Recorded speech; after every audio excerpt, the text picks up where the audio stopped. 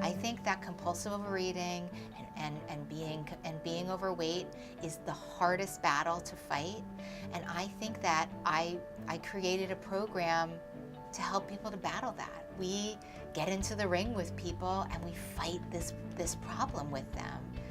And nobody does that. My journey of weight was very complicated. It was very long, it was very bumpy, it was very tragic in many ways because the help that I needed didn't exist.